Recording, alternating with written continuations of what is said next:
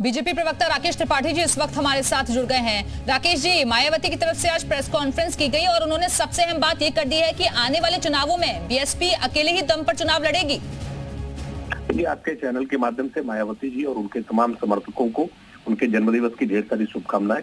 मायावती जिस बात को लेकर के पहले भी अपना स्टैंड क्लियर करती रही है, क्योंकि उनका अनुभव समाजवादी पार्टी के साथ बहुत खराब रहा है। 1995 में गेस्ट हाउस कांड जिस तरह से हुआ, उनको जान से मारने का प्रयास किया गया, इन सारी बातों को भुला करके वो 2019 के लोकसभा चुनाव में समाजवादी पार्टी के साथ आई थी। लेकिन समाजवादी पार्टी ने उनके साथ जिस तरह का व्यवहार किया, समाजवादी पार्टी को जैसे ही अपेक्षित लाभ नहीं मिला, समाजवादी पार्टी ने झटका देकर के हाथ छोड़ा लिया। निश्चित तौर पर ऐसे घटनाओं से मायावती जी का मन व्यथित हुआ है और राजनीति में किसी का भी होगा, जब उसके साथ वादा खिलाफी होगी, धोखाधड़ी होगी, स्वप्न कुछ दिखाए जाएंगे, धरातल पर कुछ और उतारा जाएगा।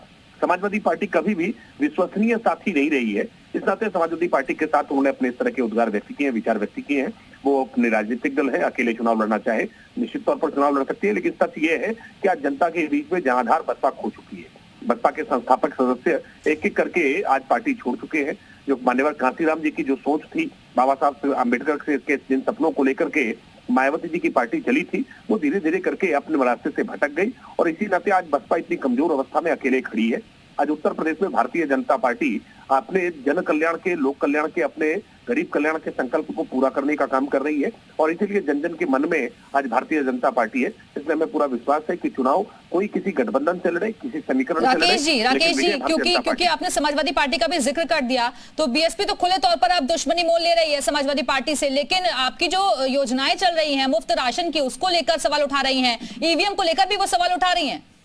लेकिन मैंने कहा ना कि चूंकि आज बसपा बहुत कमजोर अवस्था में है, कमजोर अवस्था में किन किन मुद्दों को उठाया जाए, क्या मुद्दों को साथ सहेजा जाए, ये मायावती जी के लिए समस्या हो सकती है। आज जिस तरह से मायावती जी की पार्टी का उत्तर प्रदेश में एक भी सांसद नहीं बचे, एक जीते। ठीक है राकेश जी, आप बने रहिएगा। अमित जमई जी भी हमारे साथ जुड़ गए हैं, समाजवादी पार्टी के प्रवक्ता हैं। अमित जी, आप लोग तो गिरगिट की तरह रंग बदलते हैं। उन्होंने कहा कि साजिश रची जा रही है और कई बार ऐसा मौका आया है जब समाजवादी पार्टी लाभ ले गई है बीएसपी के साथ गठबंधन करके। अब अकेले ही चुनाव में जाएगी बीएसपी। त्रिपाठी जी मन ही मन बहुत मुस्कुरा रहे होंगे आज कि अब जो है वोटों का बंटवारा होगा और अब जो है इनकी जीत सुनिश्चित हो जाएगी। लेकिन मैं राकेश बाबू, मैं आपके दिल में जो कूलर का फूल खिल रहा है ना, मैं उसके अरमान को ठंडा कर देना चाहता हूँ। अखिलेश यादव जी 2019 के चुनाव में वो ऐसा समझते थे कि जो मान्यवर काशीराम का आंदोलन है वो जिंदा रहना चाहिए, वो सदन में, लोकसभा में और हर जगह पर रहना चाहिए। तो हमने उनके साथ गठबंधन किया और एक जो नेताजी का सपना था उसको पूरा करने का काम माननीय अखिलेश जी ने किया। आज जो सवाल है जातिगत जनगणना का, आरक्षण पर जो सिलसिलेवार हमला राकेश बाबू की जो पार्टी कर रही है, निजीकरण करके सारी नौकरियां खत्म हो रही हैं। आप सोचिए कि 69,000 टीचर्स लाठी डंडे, राकेश बाबू तो मिलने भी नहीं गए होंगे। जी जी, वो सुन रहे हैं आपको। संविधान पे जो हमला है उसकी लड़ाई माननीय अखिलेश जी लड़ रहे हैं और हम किसी भी कीमत पर, आज अखिलेश जी सबसे बड़ी शक्ति है उत्तर प्रदेश में।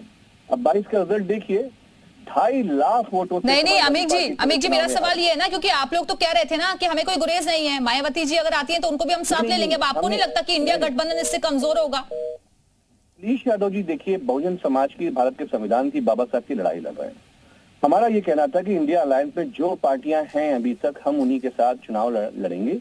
कांग्रेस है, आरएलडी है और अन्य ऐसी पार्टियां जो समान विचारधारा की, जो समझती हैं कि आज संविधान के पतन का समय है तो हमें लड़ने की जरूरत है।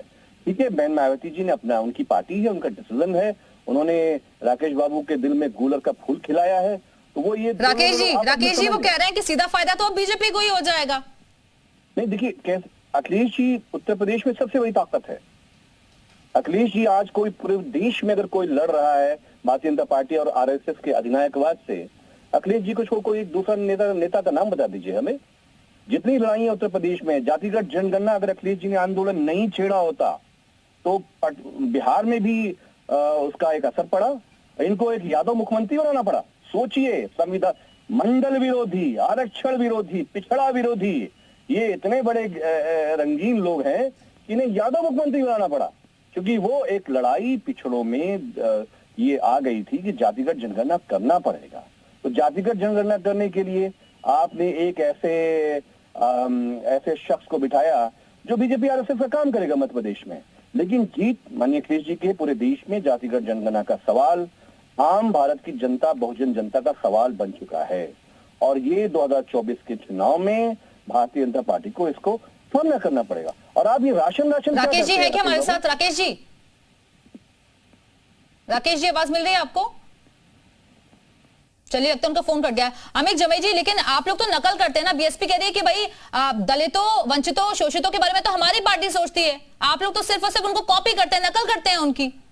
देखिए, कांग्रेस सोशलिस्ट पार्टी से लेकर पंजाब सोशलिस्ट पार्टी से लेकर सोशलिस्ट पार्टी की विरासत से लेकर समाजवादी पार्टी जिसे नेताजी ने बनाया, इसी समाजवादी विचारधारा ने इस देश में 100 में 60 की विचारधारा भारत के लोगों को दिया। इसी आंदोलन ने मंडल कमीशन के जरिए दलितों को, पिछड़ों को, कमजोरों को शिक्षा में, नौकरियों में अधिकार दिया।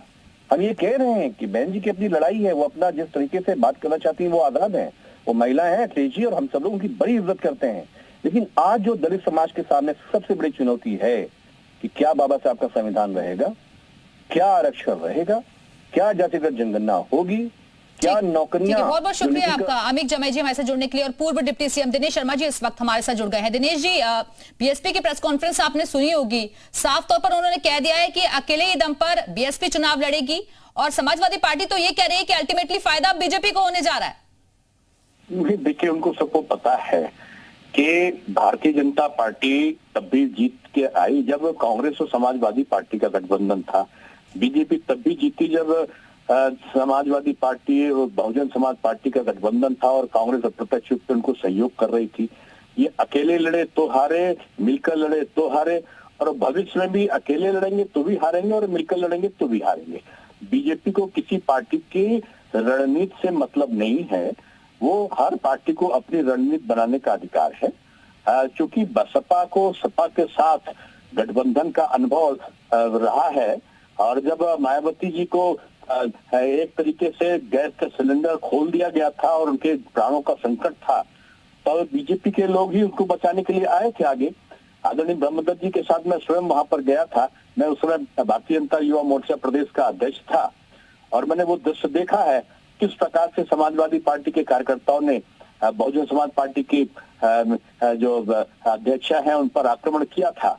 तो मैं कह सकता हूं कि इन दोनों के संबंध मधुर रहते हैं और बिगड़ते हैं, वो इनका अपना व्यक्तिगत आयाम है। भारतीय जनता पार्टी पूरी तरीके से अपने कैडर बेस्ड कार्यकर्ताओं के बल पर अपनी देश के प्रधानमंत्री के विकासात्मक कार्यों के और उत्तर प्रदेश के एक अच्छे प्रशासक के रूप में मुख्यमंत्री के कार्यों के आधार पर चुनाव के मैदान पर है। और निश्चित रूप में अभी तक जितने भी चुनाव हुए हैं 2014 के बाद सारे चुनाव हमने जीते हैं और अभी भी 3 राज्यों में मोदी जी का जो कार्य है वो चढ़कर बोला है। दिनेश शर्मा जी, लेकिन अगर इंडिया गठबंधन में आप बीएसपी से शामिल नहीं होगी तो आपको नहीं लगता कि ये गठबंधन थोड़ा कमजोर होगा और इस पर असर पड़ेगा? कि गठबंधन कभी हुआ ही नहीं है। आप जिस गठबंधन की बात करती हैं वो सत्ता बंधन है। वो सत्ता बंधन जहां सत्ता टूटने का जहां आगाज होगा ये अपने आप में बिखर जाएंगे। ये कब किससे कहां पर मिल जाए कोई वो नहीं है। कभी किसी भाजपा के साथ आते हैं, कभी कांग्रेस के साथ जाते हैं, कभी आरजेडी के साथ जाते हैं। ये सब दल ऐसे हैं जो कभी न कभी भाजपा के साथ, आज के इनमें ज्यादातर लोग समाजवादी पार्टी को छोड़कर, तो इनका कोई गठबंधन हुआ है ऐसा मैं मानता नहीं हूँ। ये सत्ता के लालच में विभिन्न प्रकार के बिल्कुल, यानी कि बीजेपी को अपने काम पर भरोसा है और यकीन कर रही है कि इस बार भी उसका फायदा बीजेपी को आने वाले चुनाव में मिलेगा। बहुत बहुत शुक्रिया आपका दिनेश शर्मा जी हमारे साथ जुड़ने के लिए।